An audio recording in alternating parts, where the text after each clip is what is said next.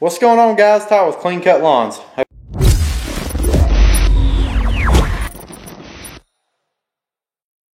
Hope you're all doing well. If you haven't been to this channel before, consider hitting that subscribe button. But I know I've shown you a couple lawn care setups, and I just want to show you one more. My buddy Tyler, who is in the Asheville area of North Carolina, does some lawn care on the side and stuff, and I wanted to show you his setup and what he's running because it's a little different from the previous two that I showed you. But like I said, if you haven't been to this channel before, consider hitting that subscribe button and let me know what kind of equipment you run down in the comments. Thanks for watching. Hey, this is Tyler, TNC Property Services. I'm here to show you my setup for 2019, the one I've been running for 2018 as well. I'll start off here with my small equipment.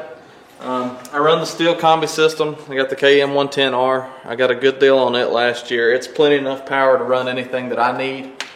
I run the weed eater head on it. Got the edger. It's the curved shaft edger. I got it used for a pretty good deal, but it does everything that I need for it. Got the pole saw attachment. Also been very, very handy over the winter months. And then we've got the hedge trimmer attachment as well. This is great for underbrushing and any hedge trimming, of course, as well as just any tall weeds and grass that you want to get rid of. And of course the Combi system comes with tons of different heads and accessories, and you can customize it however you want. The 110 model, like I said, it's got plenty of power for anything you need, as well as swapping out the equipment just on a regular basis. This year I'm going to run the 110 with the weed eater head a lot more than I did last year. I ran this 240 last year a lot, which is the biggest and baddest trimmer I think that Stihl makes. I ran it tons last year and it's been great, but the gas on it just eats through the gas like you wouldn't believe. So I think the 110 gets a little better fuel economy than that, and just for that reason I'm gonna go with running the 110 this year. Also, I've got the BR700 from Stihl. It has been a great blower, and every time that I needed it, cranks right up. It's got tons and tons of power. I bought it new maybe about 2 years ago, and well, it hasn't let me down yet. I went up from a 320 to a 700, so I've been very, very pleased with it.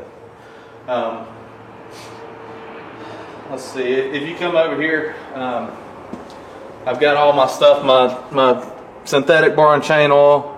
I like to keep a 3/8 inch drive socket set on me in case anything goes wrong on my mower while I'm out. Extra engine oil that also you can use as hydraulic oil. Keep an extra head with me at all times to make changing out the head a lot easier on the weed eaters and a lot faster than shooting string through it. I got fluid film I use as well for anything that gets stuck, and I got Pentro 90 for anything that is stuck. Got my synthetic oil from Stihl, and I'd say I go through it maybe, I went through the 2.5 gallon ones because I've got a 2.5 gallon no spill can, and I'd say that lasts me, being that I do maybe 10-11 yards a week, it lasts me probably 3 weeks for 2.5 gallons. I've also got these chain sharpeners. This one's for my pole saw. I just bought it, but these are the best investment you could buy to sharpen your chains easily. It's just so simple to sharpen. It sharpens the guides on it. It sharpens the actual blade part as well. We can do a review on that later on, but yeah, so that's my small equipment. We'll move over here. I did forget to do my saw. I've used it tons this winter. It's the Stihl MS362. I believe it's the C model. It's got a decompression cylinder for when you crank it up. I'm running a 20-inch bar on it, a 3/8 chain. It's been very well to me. Never had any issues cranking or anything like that, and I've been very, very pleased with it. It's one of their professional grade saws, so you're going to pay a little bit more for it, but in the long run I'd say it's definitely worth it to have you a good saw on hand at all times. Let's see, and just one nice thing, I can kind of fit everything right here in my cabinet and then lock it up if I need to. I've got my combi system right behind my saw. Got my blower on the bottom. Do this and lock it up. So storage and organization, as you can see, is very important in landscaping business as well as just your personal life as well. To my mower,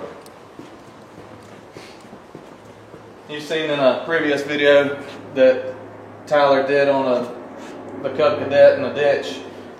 This was the one. The 54-inch Z-Force SZ. They don't make this model anymore. I think the last year they started making it was 2011. Fabricated deck, and the control panel there, very simple and easy to use. I've installed a light on it as well up front, just because sometimes after I get off work it makes for easy mowing at night. That light, maybe $20 and a little bit of time, will make you happy for mowing at night. It's got the dual gas tanks, both gas tanks, and it runs on the Kohler Command 7000 24 horsepower motor. I've had zero issues out of it. I had the hydraulic reservoir leak a little bit, but that's about it. And of course the steering wheel, if you want to look, it adjusts the front wheels on it as well, so I can hold all kinds of hills here in western North Carolina. I can come out here to. Alright, so what I carry all my equipment on now is this trailer. It's a 6x12. I got it last year. Make sure you got your spare tire mount on there and spare tires, so if anything bad happens, you've got it to deal with. It's always, I think I picked this mount up at, let's see, honestly I picked it up at Lowe's, maybe. It wasn't but like $12. It's really nice, and it hooks on the trailer just fine. Doesn't affect my backing or turning or anything on the truck. This originally had a jack there, but I decided to try and use my welding skills, which y'all welders are probably gonna laugh at me, but that's my amateur welding skills, to put this jack on the side here so it can flip up and not ding my tailgate. I've been very happy with it, and it's done just fine for me. Last year I added these Byers weed eater racks.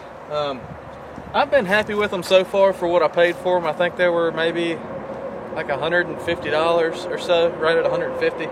To hold 3 weed eaters, trimmers, basically your stick equipment, and your stuff locks in. Of course I've got this locked right now, but your stuff will lock in running through that hole and that hole whenever you've got your lock. They do tend to kind of tilt over a little bit wherever the weight is, but it still doesn't hurt to have you a weed eater rack where you don't use bed space on your truck. We move back here, we've got the blower rack, also lockable from Byers, the same company as last time. So this one, you'll put your blower handle in here and you'll lock it in place, and then you're good to go. You run a bungee cord around there to fasten it down, and it's easy installation. I've been very happy with that as well. It does not fit on the new BR 800 blowers, or it doesn't fit some of the older BR blowers, but it does fit on the 600 and the 700 blowers. about it for the trailer. Alright, so this is my dump trailer. We've been using it a ton this winter. It's a 6x10. Right now I've got the battery charging on it, so I've kind of got it going. It's got a charger on it, but it's so old that I just use a trickle charger that I bought from Walmart, and it does the job just fine. Like I said, it's pretty old. I run the magnetic lights on the back of it just because the lights are in such bad shape. It's got a swing open door on it, but this winter it has kept us able to work all winter because we've been doing mulch, we've been doing tree cleanup from the ice storm that happened on December 8th. We've got tons and tons of work just by having it. We've been able to haul just about anything we wanted to and bring it back to the house and save us on dump fees as well. I just burn it here because we're out in the county. So I've been, like I said, very pleased with it, and as you can see, it's a Homesteader model. They're still making trailers now, but it's been a good trailer, and maybe in a couple years we'll look at upgrading to something a little bigger. Alright, and what we've got to pull everything is my 2013 Toyota Tundra. It's got a level kit on it, 20-inch wheels, 33-inch tires. The tires I got from Walmart, they were actually Black Friday tires, and they didn't cost me over $500, so I was pretty impressed with that. I went ahead and got those. It's got the 5.7 liter V8 in it. It's 4-wheel drive, and it's the Crew Max edition as well, so you can see the larger back door.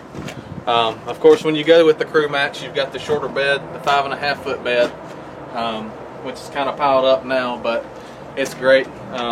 It does everything I need to do, and before I had those racks and everything on my trailer, I was able to put everything that's on my trailer now in the back of the bed and still have plenty of space. It's got 381 horsepower from the factory, 400 foot-pounds of torque, and it's been a great truck so far, 137,000 miles on it.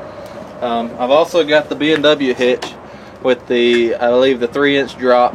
You can use the 2 and 5/16 ball, the 2-inch ball, and the 1 inch and 7/8 ball as well, and adjust the height from it just from anywhere.